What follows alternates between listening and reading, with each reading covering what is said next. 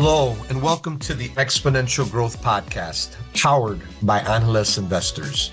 I'm your host, David Olivencia, co-founder of Analyst Investors, and a passionate advocate for leveraging innovation and technology to drive success. Let's get started. This is Exponential Growth. I also want to give gratitude to Salvi Media. They're the founding sponsor of the podcast. They're a premier executive content agency dedicated to crafting exceptional content and strategies that elevate companies' brands and their executives. They're creators of the Emmy Award-winning CEO series. I think many of you have seen that. We've also featured one of my portfolio companies, Analyst Investors and Hallow, on their CEO series. And they've had in-depth interviews with CEOs talking about their personal journeys and business experience. The CEO series can be found on Cheddar, Entrepreneur Magazine, Reach TV, and really want to thank Salvi Media for their support of the podcast. You can also follow them on social media, as well as they have a podcast studio in Chicago. Join them as well. So again, thank you, Salvi Media, for making this podcast possible. Today we have a very special guest, somebody I've known about a decade or so, but it feels like longer. It feels like longer. Just what she's been able to accomplish from a business perspective.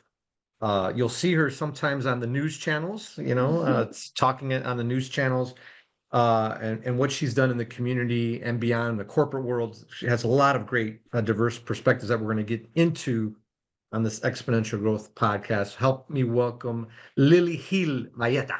Lili, welcome. Hola, David. Thank you. Thank you for having me.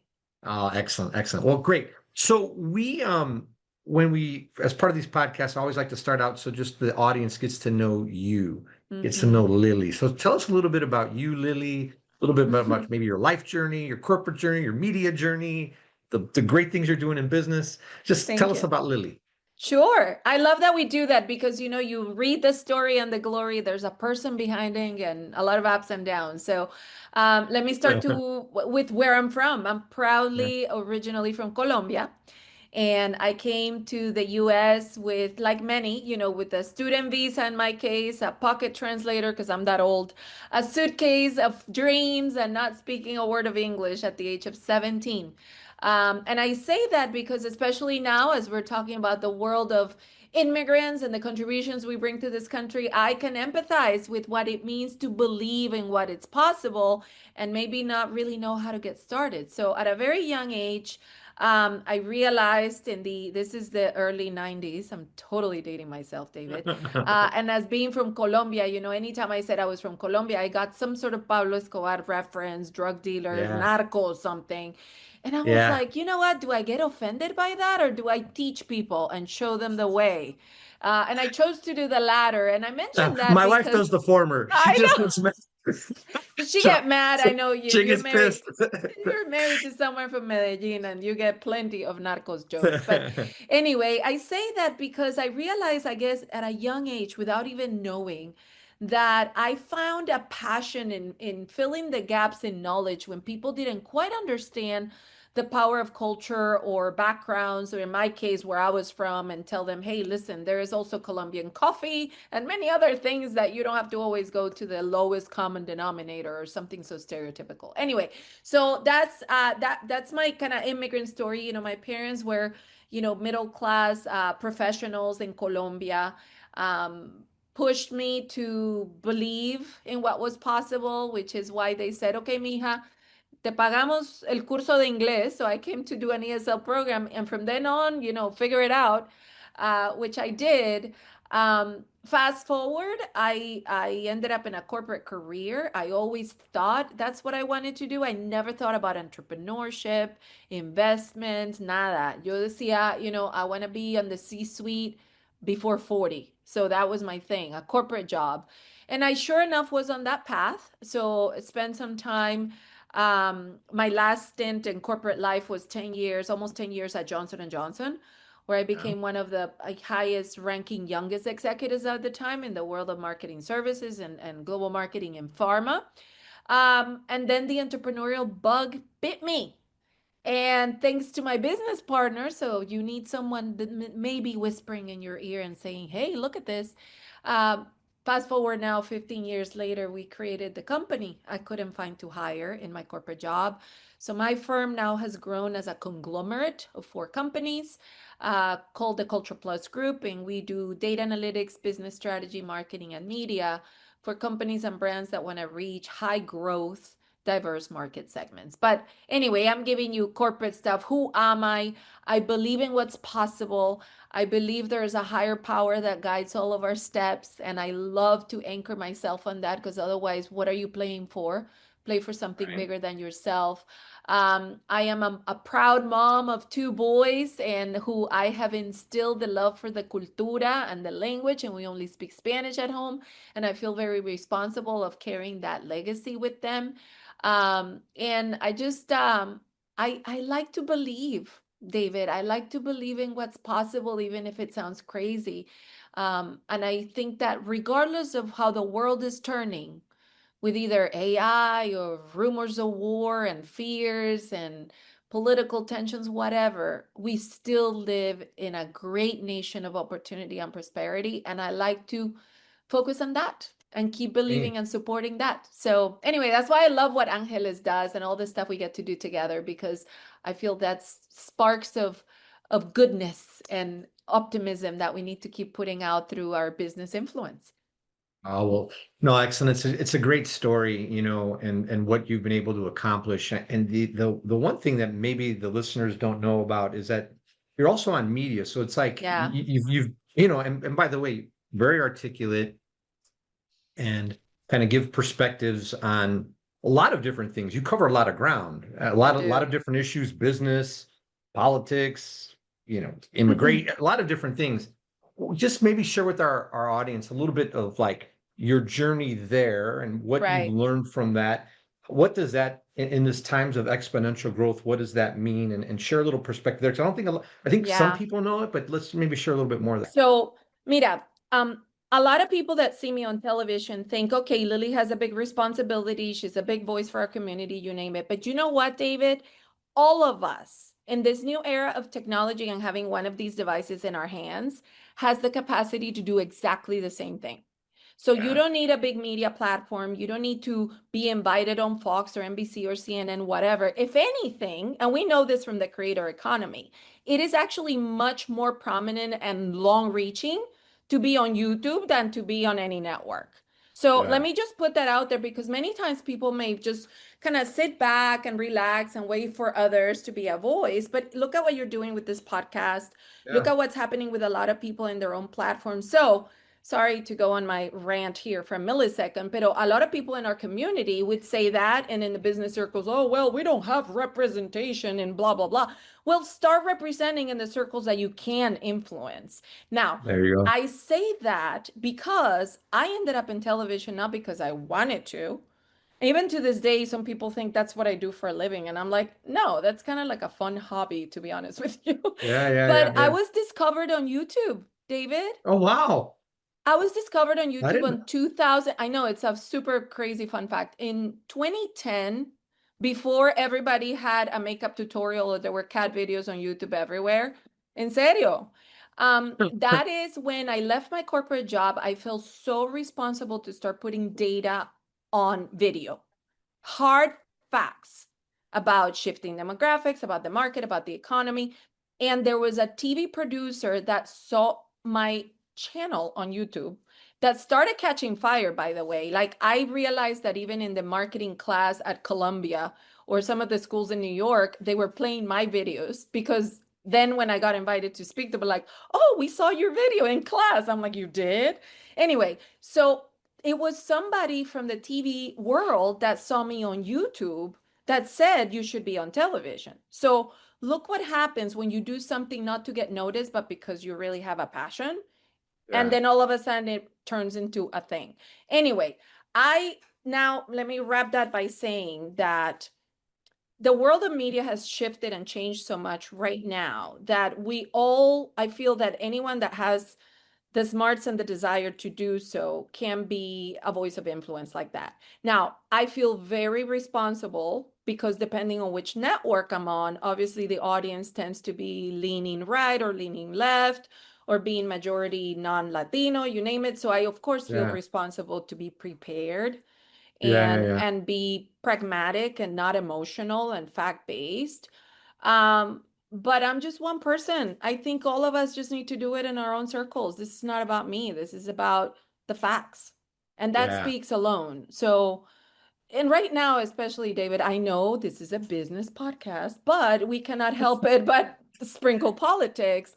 Not everything has to be political. Not everything has to be one-sided. And most of the time, data wins. So that Yeah. has been my MO. No matter who's president, the data is the data. No matter what side of the fence you're on, the data is the data. And I'll just stick Right. with that. And I know you Yeah. Yeah. appreciate that.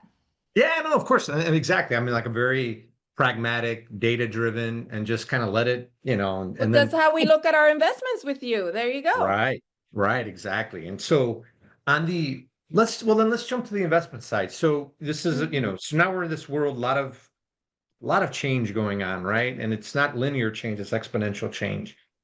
What are investment lessons that you've learned? How would you like to kind of share with the audience your perspectives on investing? Yes, How I'll did you tell you bump what into not. investing and Yes, I've done stupid investments, I've done great investments, and I've done others where like I wish my check was bigger. Like one of them literally recently just sold for $700 million and I got three less zeros than I should have on that one. But you always wish you we'll put start. more into those, right? I know. It's like, who's gonna buy a consumer packaged goods? Who needs more hand sanitizers? Yeah, it was actually kudos to her. Her name is Andrea Lisboa, Española, so Hispana, founder of Touchland, and she just sold it for 700 million. And I was there from like day one helping her. Um, and anyway, you always wish you would have bet on more, but whatever. Oh yeah. So investment philosophy, I think it's easier to start with what not to do. What not to do, especially in this world of Angeles and the stuff that you do and we do. Um, don't be emotional. You know, your cousin is going to come in with the idea to open a restaurant. Resist the temptation to say yes. Ultimately, the discipline of evaluating what's viable or not applies to whether it is your cousin's idea or the next, NVIDIA or whatever, or the girl from Touchland. So I think the discipline of, this is going to sound so basic, David, but so many people skip the basics. What's the viability of the market? How saturated is it or not? Is there a unique value proposition? What are you solving for that is truly unique, or is it just a me too? And if it's a me too, maybe it's a me too that is cheaper, faster, better, and maybe it's worth looking at. But I think those fundamentals apply to no matter what. So what not to do, don't be emotional, don't just invest in your cousin's restaurant because it sounds cute. That will get you in trouble, right? Um, the other thing is for sure, and this is easier now than it was for us 5 or 10 years ago. It used to be that only the fancy people with access to the Bloomberg platforms could look at the data. I'm sorry, there's no excuse for not doing your homework because you have a friend called ChatGPT or Yeah. Perplexity that can give you market comps and all kinds of information that before was privileged. So I think that is so fun.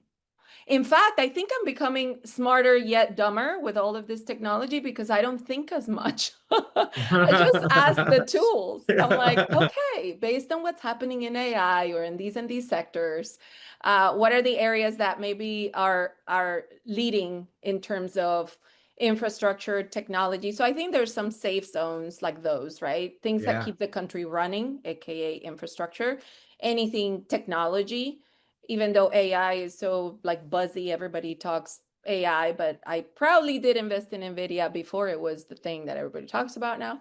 Um, Honestly, just by chance. So I wish it was more a smart, super savvy decision that I made, but I got lucky. But it was educated luck. Anyway, so I think it's those sectors that are future that can be that are recession resistant and tried and true, but you want to balance that with a little bit of crazy, like the lady from the hand sanitizer Touchline. Who knew she was going to sell it for this much? So it's a little bit of an art and a science. Don't skip the discipline of doing the homework with the numbers. Don't give me excuses because you have ChatGPT like everybody Yeah. else. And don't be emotional. Yeah, I think those are good. I think, the interesting thing I think is that I don't think enough people are using The tools. ChatGPT or I just know. like they should be. I mean, just for everything, for all this stuff. Like, I all use right, it give as me a this, life give me the coach, as industry. a therapist, David. Just like your co-pilot. I'm thinking about this. Oh, Yes. I'm thinking about all this, and all this investments and that investment. Oh, give me this analysis, and you're just getting the synthesizing. And I have a good swath of people. We all do that. I hang out and I just kind of spot check. I say, hey, how many times a day do you use ChatGPT or any of these AI? And like, no, I really don't do, a They week use it to edit emails. It's so or some, lame. not even that. Like, I don't even like, Yes. I think there's a ton of people that don't even use it for that. So, I find that interesting. I'm glad you brought that up. Other than, well, AI or other than AI, what any other technology that just excites you, and or let's map that with what's going on with culture and your group, and how are you Mm-hmm. thinking about marketing and markets and growth, and what are the technology that you're seeing that's exciting you? Yeah. So a lot of people have reached out to me, even my own team, and in many ways, scared of AI. Oh my gosh, our marketing company is going to be expired and we no longer are going to have a job. And I'm like, no, you will not be replaced by AI. You'll be replaced by other humans that know how to use AI and turn themselves into superhuman. So to me, it's super excited because I no longer have to scale with people.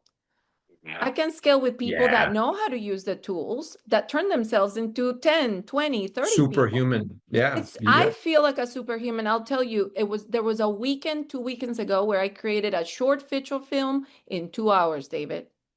And I was like, okay, and that's just me thinking an idea in my head. Imagine if you are, the script writer, a super creative, or a Hollywood person, you can be super terrified by this thing, or realize that before, if you had to launch something every 8 months, you can now launch something every 8 weeks or Yeah, less, eight, eight eight days. days. Yeah, 8 hours. Exactly. Yeah. So I would say in our world, which you can put it in three buckets, there is the data analytics and market understanding side, there is the marketing execution and creative, and then there's the media side.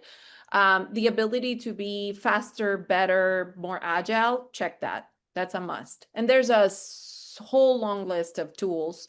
Every week I feel there's a new one, like Gemini Amazing. now with VO3, or now like Sora is free for everybody. There's so many, it's like hard to Yeah. keep up, to be And then honest. there's new versions of the tools De too. It's like, todo. Es una locura. But here's what it is. The speed of production is shortened. The hyper personalization of anything, it's like now at scale. Real-time personalized experiences can be created digitally without having to spend millions of dollars. There is smarter audience insights. You get to understand people in a more dynamic way because the data is there to follow the crumbs of what are people consuming, what are they clicking on, what do they like, what they don't like. So there's a lot of kind of micro segmentation that I think the stuff that used to be just for the cultural marketing people because we know certain niche audiences, everyone should be able to target the skateboarder from California who's Asian American that lives in Santa Monica, and likes cats. yeah, yeah, You yeah. can do that now. There is obviously content creation, performance optimization is so much faster. So in our world, and I can go on and geek out on this, but I have challenged my team to not be scared of the technology. They have full permission to test and test and drive and test again. Yeah. And we are actually, I think I'm saying it here in public for the first time.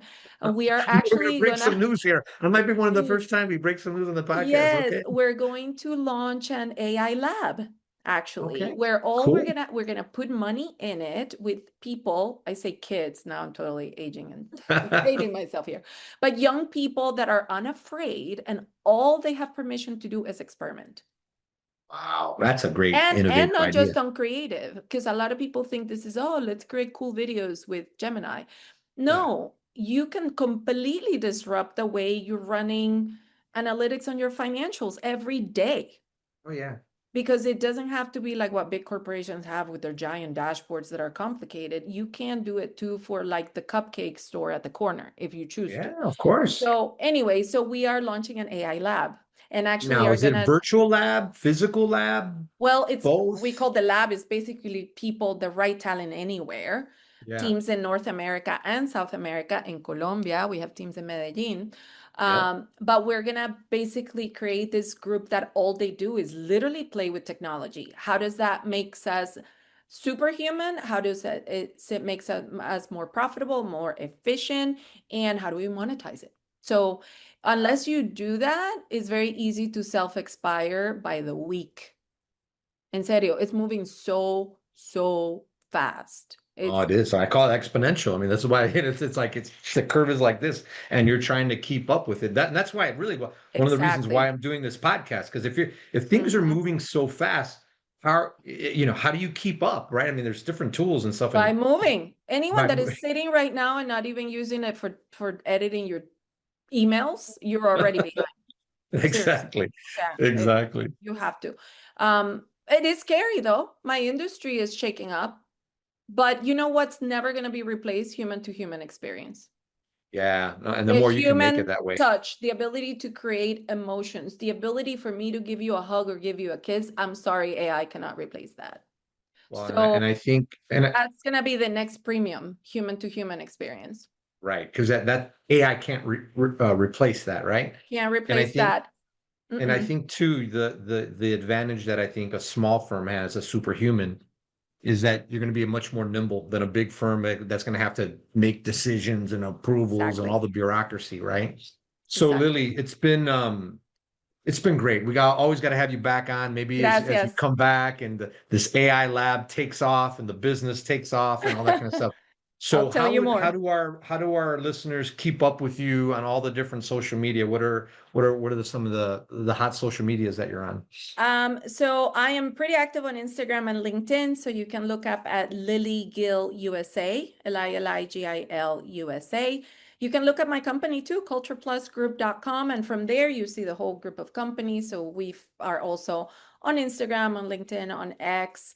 But yeah, just look it up there or just search my name. It'll come up, or Culture There you Plus Group. go. Yes. There you go. Well, Thank you Lily, always for a pleasure. Gracias a ti. Thank you, David. Thank you for all you do, All right. and for sharing our stories. All right. Thank you, Lily. Gracias.